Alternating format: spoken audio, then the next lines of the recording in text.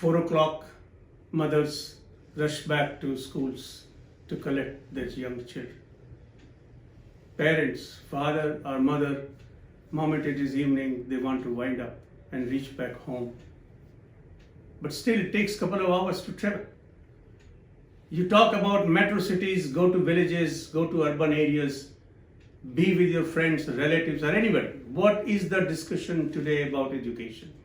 The education discussion is not about success, what mental health problem these students can develop. Students are precious. They are a special population. Not just because they are 22 crore in this country. No, they are in a formative phase. They are passing through a transition. The experience they will gain here will be imprinted on their brain and mind forever. That will be the cause for psychological distress, psychological ill health, and psychiatric disorders. We must prevent it. We must treat it.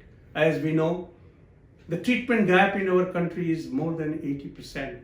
That means out of every 10 deserving people, 8 do not get any treatment. And you know what is the problem, the size of problem? Whether it is a global data or Indian data, research, or just by word of mouth that you understand, half of the students in a school or university confess suffering from severe distress, severe stress. About 1/3 cry and tell you that they are unable to cope. About 20% suffer from depressive feelings or depression at any given point of time. About 10 to 12% students in the universities are working with active suicidal ideas in their mind. Such is the situation in our society. These are not written on faces. These are not known to people. Our challenge is to recognize those people who are vulnerable and have such ideas. How can we do that? There are two simple methods.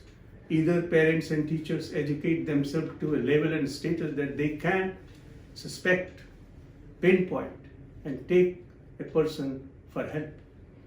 Or we follow some other technological methods, and we have tried an initiative called Digital Relief. We developed about 7 psychological tests. These tests are valid all over the world. We reconstructed in India and tested. We saw that the validity is good, and then we digitalized it. It's going to come in form of a mobile and web app. What it does is to find out, do you suffer from severity of stress? And if so, what is the source? What is the nature?